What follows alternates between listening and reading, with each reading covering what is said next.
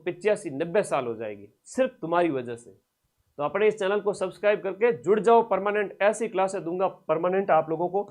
ये थोड़ा मैंने 10 दिन गैप ले लिया था, अब अगली बार हर 5 दिन के अंदर ऐसी क्लास मिल जाएगी तुम्हें। जोधपुर के निकट आपका ओशिया के जो मंदिर है ना, उनका जो ग्रुप है वो किसकी देन है? प्रतिहारों ने ओशिया के मंदिर बनाए। ओशिया आपका जोधपुर जिले के अंदर पड़ता है। हम बात करें तो इसके संबंध में, यहां पर सचियाई माता का मंदिर भी है, ठीक है, सचियाई माता का मंदिर है जो ओश वालों की क्या है, कुल देवी है। तो ये भी आपको इसके साथ साथ याद रखना है। सचियाई माता का मंदिर भी हो गया, तो जैन मंदिर भी है। राजस्थान का भुवनेश्वर भी कहते हैं ओशिया को, क्या कहते हैं? राजस्थान का भुवनेश्वर, राजस्थान का भुवनेश्वर कहते हैं। जैन मंदिर है यहाँ पर। तो कई सारी विशेषताएं हैं ओशिया की। देवयानी कुंड राजस्थान की वास्तुकला आपके सिलेबस में है, और विभिन्न प्रकार की जो लोक कलाएं हैं वो भी आपके सिलेबस में है। बिल्कुल गड़बड़ मत कर देना कि गुरु जी मार तो चित्रकला है ही कौन, लोक कला व दिवड़ी है, वास्तुकला है तो जितने भी पत्थर के काम है वो पढ़ने हैं। लोक कलाओं के अंदर सारी कलाएं पढ़नी है। कह रहे हैं कि गुरु जी मेरे तो चित्रकला है ही नहीं, कैसे नहीं है? तो मैं जो क्वेश्चन करवा रहा हूँ वो काम के सिलेबस के अकॉर्डिंग है। देवयानी कुंड आपका कहाँ पर है? जयपुर के अंदर है। देवयानी कुंड आपका कहाँ पर है? देवयानी कुंड आपका जयपुर के अंदर हो गया, इतना याद रखना है। यहाँ किस ऋषि का जो आश्रम हुआ करता था या इसकी तपोस्थली थी? दैत्यों के गुरु शुक्राचार्य की से संबंधित हो गया देवयानी कुंड।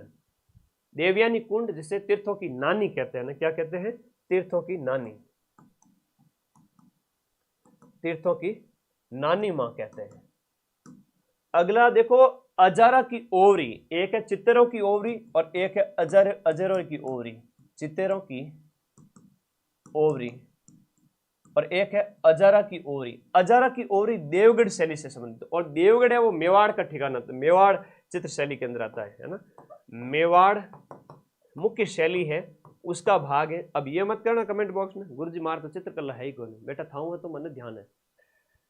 तो चित्रकला आपके सिलेबस में है, सारी लोक कलाएं आती है इसके अंदर, और वास्तुकला तो सिलेबस में ही है। वास्तुकला लिख दिया मतलब मंदिर, महल, दुर्ग, बावड़ियां, स्थापत्य कला सब कुछ उसके अंदर आ गया। मंदिर, महल, दुर्ग, बावड़ियां, स्मारक, मीनारे, सब कुछ। तो फिर कहते हैं गुरुजी सिलेबस में कौन है। रामबाण 2.0 जुलाई से जो उपलब्ध है, एकदम विशुद्ध किताब आपके हाथ में आ चुकी है, 0 एरर के साथ में, ठीक है। एकदम शानदार वर्क है, और ऐसा वर्क मैंने मार्केट में जाके देखा और कौन कौन सी पीवाईक्यू की किताबें चल रही है, मैंने देखा 2-3 और, उनके पन्ने इसके आगे कुछ भी नहीं है। रामबाण के पन्ने इतने गजब के हैं कि आप लंबे समय तक चल। इसकी प्रिंटिंग देखो, बड़े बड़े वर्ड है इसके अंदर, व्याख्याएं दे रखी है और शॉर्ट नोट्स भी हैं। तो रामबाण की टक्कर की तो पीवाईक्यू की बुक मार्केट में आपको नहीं मिलेगी। इतनी बढ़िया छपाई, इतने बढ़िया फॉन्ट और लेटेस्ट क्वेश्चंस, EORO RS तक के 2025 तक के क्वेश्चन भी डाले हुए। लेके आ जाओ मार्केट से, या 94 60 97 14 50 पर व्हाट्सएप करना, सीधी आपको बुक घर बैठे 5 दिन के अंदर अंदर आ जाएगी। देवगढ़ के जो वहां अजारों की ओवरी बनाई गई थी, देवगढ़ ठिकाने में जहां चित्रकार बैठ करके चित्रकारी करते थे, चितेरों की ओवरी है तो आपके मेवाड़ शैली से संबंधित हो जाती है, जगत सिंह प्रथम, ठीक है, उनसे संबंधित है। देवगढ़ के जो वहां के सामंत थे वो 16वें उमराव कहलाते थे। तो देवगढ़ ठिकाने चित्र शैली को प्रकाश में कौन लेकर आए थे, ये प्रश्न बहुत इंपॉर्टेंट है। श्रीधर अंधारे इस देवगढ़ शैली को प्रकाश में लेकर आए, ठीक है, प्रकाश में लाए, मतलब लोगों को पता ही नहीं था। तो देवगढ़ शैली के बारे में सबसे पहले श्रीधर अंधारे ने बताया था, और ये क्वेश्चन बार बार एग्जाम में पूछा जाता है। अगला प्रश्न देखो कि लोकगीत किसी संस्कृति के मुंह बोले चित्र है। लोकगीत किसी संस्कृति के मुंह बोले चित्र है, संस्कृति को बताते हैं, ऐसा किसने कहा? आपका देवेंद्र सत्यार्थी ने कहा। और महात्मा गांधी ने कहा हमारी संस्कृति के पहरेदार होते हैं। लोकगीत क्या है? हमारी संस्कृति के पहरेदार है। दोनों ही क्वेश्चन एग्जाम में पूछे गए हैं। हमारी संस्कृति के पहरेदार हैं, जागते रहो सिपाही की तरह, ये महात्मा गांधी जी ने कहा। लेकिन देवेंद्र सत्यार्थी कहते हैं कि ये मुंह बोले चित्र है। ये दोनों ही क्वेश्चन एग्जाम में आए हुए हैं, मैं मेरे घर से क्वेश्चन नहीं लाया हूं, सारे ही क्वेश्चन एग्जाम में पूछे गए जो मैं करवा रहा हूं, और ये सारे क्वेश्चन आपको रामबाण के अंदर मिल जाएंगे। रामबाण लेके आ जाओ, 45 क्वेश्चन सही कर लोगे 120 में से। चंग नृत्य है वो राजस्थान के कौन से क्षेत्र में होता है? चंग नृत्य पुरुषों के द्वारा शेखावाटी क्षेत्र में होली के अवसर पर किया जाता है। चंग नृत्य, चंग हो गया, गिंदड़ हो गया, कई सारे और नृत्यों की बात करें, चंग हो गया, गिंदड़ हो गया, तो ये अब शेखावाटी के सारे। बाड़मेर में 2019 के अंदर देखो, लेटेस्ट करंट अफेयर्स का क्वेश्चन हिस्ट्री कल्चर के अंदर डाला हुआ है कि 2019 में 14वीं सदी के लोक देवता बाबा रामदेव जी के जन्म स्थान यानी उंडू काश्मीर, कौन सा?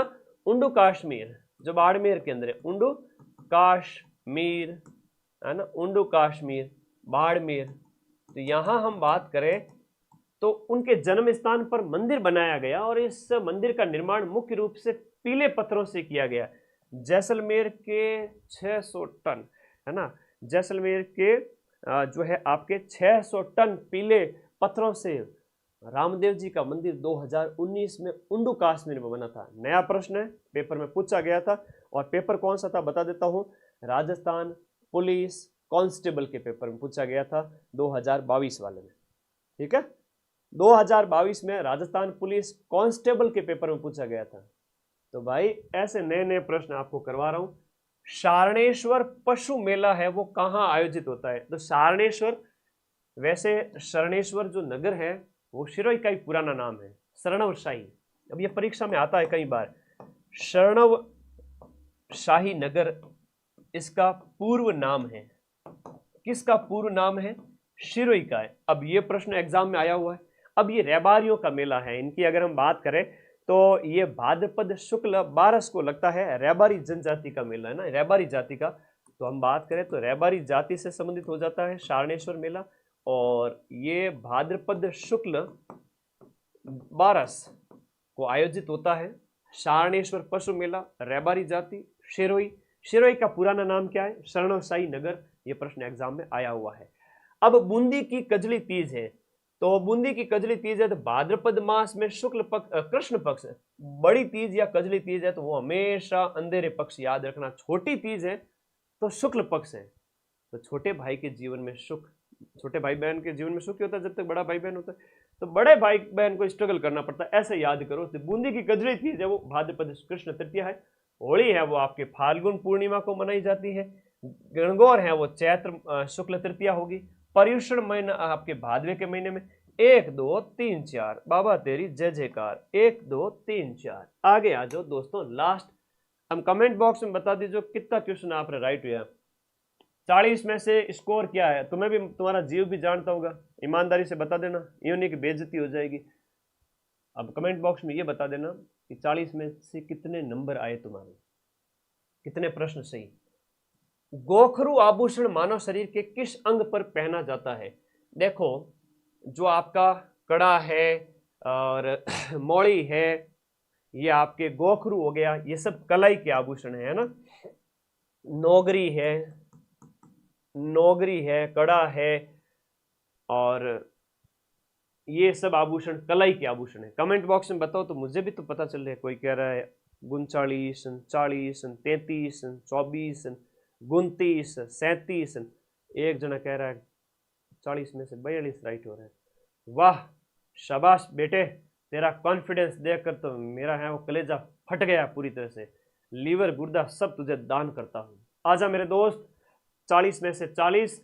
अब आपके सिलेबस के अकॉर्डिंग 4th ग्रेड के 5 क्वेश्चन राजस्थान पॉलिटी के, 5 क्वेश्चन इंडिया पॉलिटी के। प्रैक्टिस करने के लिए तैयार हो? आ जाओ फटाफट। राजस्थान विधानसभा की लोक लेखा समिति, जो बड़ी समितियां होती हैं, प्राक्कलन समिति क, प्राक्कलन समिति ख, लोक लेखा समिति, उनमें लोक लेखा समिति के सदस्यों का कार्यकाल कितना है? 1 वर्ष होता है। 15 सदस्य होते हैं इसके अंदर। कितने होते हैं? 15 सदस्य होते हैं।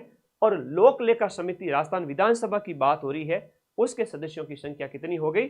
आपके 15 हो गई। आई बात समझ में ना? तो ये आप लोगों को इस तरीके से याद रहना चाहिए। अगले क्वेश्चन की ओर चलते हैं मेरे दोस्तों। नेक्स्ट क्वेश्चन, संविधान में राज्य के मुख्यमंत्री का जो कर्तव्य बताया गया, वैसे अनुच्छेद 153 से 167 तक है राज्य कार्यपालिका, तो 167 के अंदर मुख्यमंत्री का कर्तव्य बताया गया है। और ये आपको याद रखना है कि राज्य कार्यपालिका के अंदर आपकी दुआ से और मेरी दुआ तुम लोगों के साथ ही है बेटा, क्यों टेंशन लेते हो, मेरी दुआ तो सबके साथ है। जो इस चैनल को सब्सक्राइब किया हुआ है उसकी नौकरी इसी साल लगेगी।